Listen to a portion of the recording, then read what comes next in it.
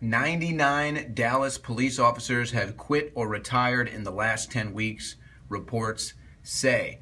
Of course, what is the significance of this story today from the Star-Telegram is that, of course, as you're aware, 4 officers were shot during a Black Lives Matter protest just some months ago.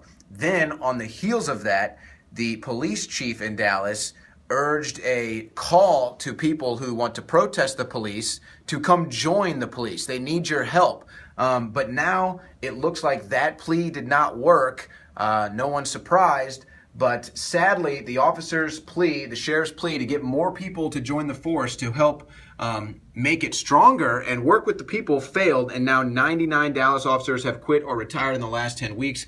Here's the numbers breakdown. The Dallas Police Department is down to 3,252 officers and would like to have at least 3,500 on staff. Now, it goes on to talk about how the crime rate in Dallas is actually getting worse, and nearly 100 officers that quit or retired were some of the most experienced officers. It goes on to report about how the pay in Dallas is not as good as it is in other cities, and that you even get paid more when you're out in the suburbs, which I would guess would be the lower crime rates compared to the city. So what is the significance of this story? Well, this is exactly what George Soros wants, folks.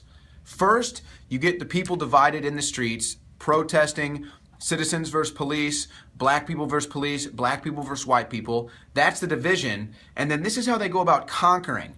They basically are trying to shut down our infrastructure here by scaring people or whatever it is to quit serving the police force, getting public sentiment against the police so that there is no police force.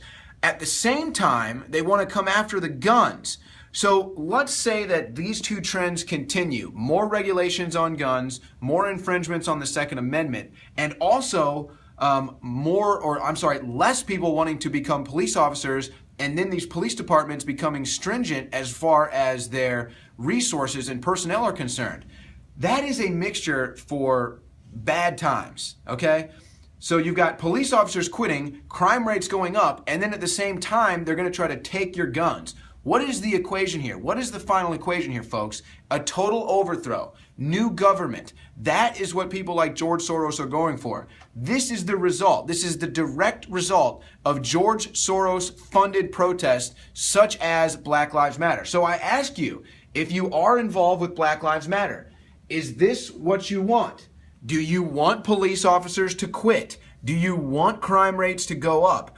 We understand there's problems with police. We've spoken out against the militarization of police. But I promise you, less police officers being handicapped on the job to do their job is not going to help the reformation that you and I and everybody want to see in society, whether it be with police, citizens, and the interaction of both. To me, 99 officers quitting and now the Dallas police force becoming low on personnel is a direct result of George Soros funded protests. This is the exact thing he wants. We need to come together as Americans, unite police and citizens together, unite black people, white people, whatever color your skin is, all together, not just around the police, but around each other, because I promise you, George Soros is tipping his glass right now in celebration, hearing that the Dallas police force has been weakened since the violence that came after the Black Lives Matter protest. This is Owen Schroyer for Infowars.com.